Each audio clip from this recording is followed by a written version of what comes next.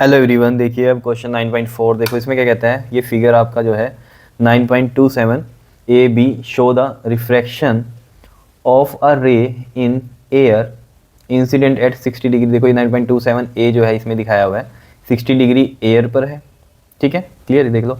Refraction of a ray, show the refraction of a ray in air incident ray ये at 60 degree with normal to a glass air. Obvious सी बात है, ये normal पे डल रही है यहाँ पर, normal to a glass air and water air interface. देखो ग्लास एयर के इंटरफेस पे जा रही है ये, ठीक है। और यहाँ से अगर हम दोबारा से एयर का देखें इंसिडेंट का, तो ये एयर और वाटर का इंटरफेस पे जा रही है रिस्पेक्टिवली। कह रहा है predict the angle of refraction in glass, यहाँ पर when the angle of incidence in water is 45 degree. अब जब 45 डिग्री हो जाए एंगल ऑफ इंसिडेंस, ठीक है, ये वाला, तो आपको बताना है angle of incidence in water is 45 degree with the normal to a water glass interface. ठीक है, नॉर्मल का तो समझ गए ना, नॉर्मल के साथ ये नॉर्मल लाइन होती है ना, इसके साथ 45 डिग्री एंगल में आ रहा है वाटर ग्लास इंटरफेस के साथ। यहाँ पर भी यही थी कहानी कि 60 डिग्री विद नॉर्मल, 60 डिग्री है इस नॉर्मल के साथ कौन सा इंटरफेस, ग्लास एयर और वाटर एयर इंटरफेस। ठीक है, समझ में आ गई होगी कहानी। तो सिंपल सी बात है, ये वाला एंगल आपको निकालना है, फाइंड आउट करना है। तो हम कैसे निकाल सकते हैं, देखो सबसे पहली बात तो ये सिंपल सा क्वेश्चन है, अप्लाई कर दो पहले तो Snell's law in figure A. ठीक है, तो अप्लाई स्नेल्स लॉ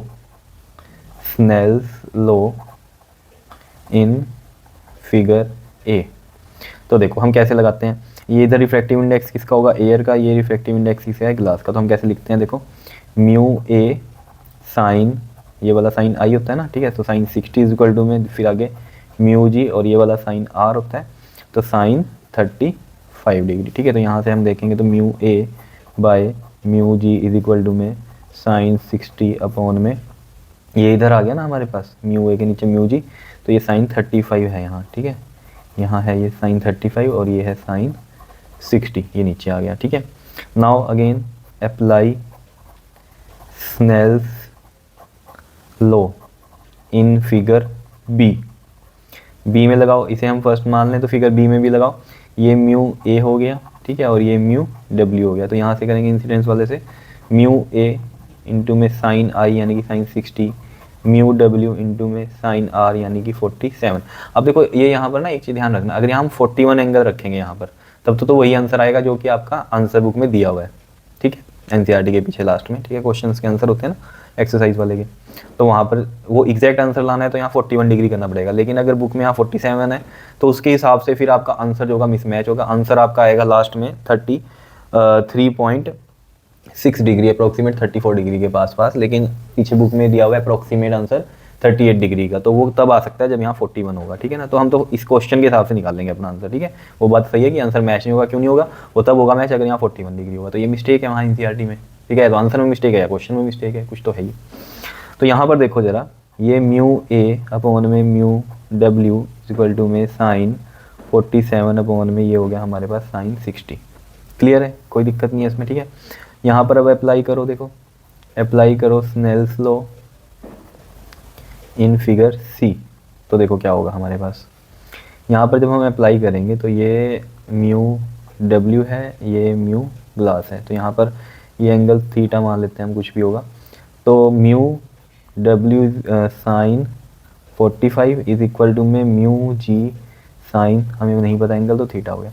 तो म्यू डब्ल्यू by mu g is equal to में ये आया हमारे पास साइन थीटा अपॉन में साइन 45। अब यहाँ हम क्या करेंगे, म्यू डब्ल्यू बाई म्यू जी वो यहाँ से आ सकता है अगर हम इसको डिवाइड कर दें। तो इसको हम अगर डिवाइड करें, ये वाली फर्स्ट हो गई और ये सेकंड हो गई, तो देखो डिवाइड फर्स्ट एंड सेकंड, जब हम डिवाइड करेंगे देखो इसको, तो म्यू ए अपॉन में म्यू जी तो है ही, जब इसे डिवाइड करेंगे तो ये पूरी टर्म इसके नीचे जाएगी अपॉन में, और उसको जब हम यहाँ पलट कर लिखेंगे तो ये बनेगा हमारा म्यू डब्ल्यू अपॉन में म्यू ए। समझ रहे हो। सिमिलरली ये राइट हैंड साइड भी ऐसी रहेगी, ये साइन 35, ये साइन 60, और ये राइट हैंड साइड भी जब इसके नीचे जाएगी तो ऑब्वियस सी बात है, इसको जब हम पलट के लिखेंगे तो ये साइन 60 यहाँ ऊपर आएगा और साइन 47 यहाँ आएगा। तो इससे कैंसिल, म्यू ए से म्यू ए कैंसिल। तो यहाँ पर अगर आप देखोगे म्यू डब्ल्यू बाई म्यू जी की वैल्यू जो आ रही है वो आ रही है साइन 35 अपॉन में साइन में 47। समझ पा रहे हो। तो यहाँ से हम क्या करेंगे, ये वैल्यू को यहाँ पुट कर देंगे। ठीक है, तो इसे मान लो थर्ड, तो हम यहाँ पर लिखते हैं नाउ पुट वैल्यू ऑफ, इसको मान लो आप थर्ड, इसको मान लो आप फोर्थ। ठीक है, थर्ड इन फोर्थ।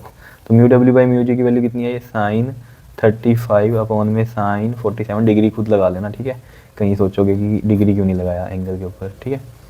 तो यहाँ पे जब साइन थीटा की हम बात करेंगे तो ये इधर मल्टीप्लाई होगा साइन 35 अपॉन में साइन 47 इंटू में साइन 45। अब इन सब की वैल्यूज आप टेबल में से देख सकते हो, ठीक है ना। अगर टेबल वगैरह कुछ नहीं है, ठीक है, तो हम सिंपल यहाँ पर आंसर अपना यहीं पर ही खत्म कर सकते थे कि जो साइन थीटा है वो 11, यानी कि जो थीटा होगा वो क्या हो जाएगा, साइन इनवर्स, और ये पूरा ब्रैकेट में टर्म, ये पूरी ब्रैकेट में टर्म, और ये साइन इधर जाता तो साइन इनवर्स बन जाता, तो थीटा का आंसर ये हो जाता। लेकिन अगर आपको टेबल वगैरह वहाँ दिया गया है, ठीक है, या कोई पेपर में आपको कुछ भी तरीके से ये चीज़ पता चल रही है, ठीक है, तो आप वैल्यूज़ पुट करोगे, देखो ये है जैसे हमारे पास, तो साइन 35 की वैल्यू, जैसे ये टेबल है हमारे पास साइन का, तो साइन 35 की वैल्यू अगर आप देखोगे तो ये अगर आपको दिखाई दे रहा है, दिख रहा है बड़े से, बताओ दिख रहा है, तो आप देख लेना टेबल में आपको पता चल जाएगा साइन 35 की वैल्यू कितनी है हमारे पास 0.5736, और साइन 45 की वैल्यू है यहाँ पर, ये देखो 0.7071, और साइन 47 की वैल्यू है 0.7314, ठीक है। इसका पॉइंट तो इससे कैंसिल हो जाएगा, बिकॉज इसका 10,000 और इसका 10,000 ऊपर नीचे मतलब डिवाइड होंगे, इसका 1000 नीचे आएगा, इसका 1000 कहाँ जाएगा, 10,000 ऊपर जाएगा, है ना, पॉइंट हटाने के बाद, तो वो कट जाएंगे, तो ये सिंपल ऐसे रह गया। और इसका पॉइंट हटाएंगे तो यहाँ पर हम क्या लगा देते हैं, 1 2 3 4 इस तरीके से लगा देते हैं, ठीक है, आया समझ में। अब देखो ज़रा, अगर आप ध्यान दो, इनको मल्टीप्लाई करो इन दोनों को, और फिर इससे डिवाइड करो। जब आप ये काम करोगे ना, तो आपके पास मैं बता देता हूँ क्या आने वाला है, यह आएगा आपके पास 5545 पॉइंट में 4, ठीक है, और अपॉन में आ जाएगा आपके पास ये 10,000, क्लियर है, ठीक है, 1 2 3 4 बस इतना, ठीक है, क्लियर है। अब जब ये आप हटाओगे 10,000 तो ये पॉइंट आगे शिफ्ट हो जाएगा, 0.5545 आ जाएगा, ठीक है ना, ये आएगा।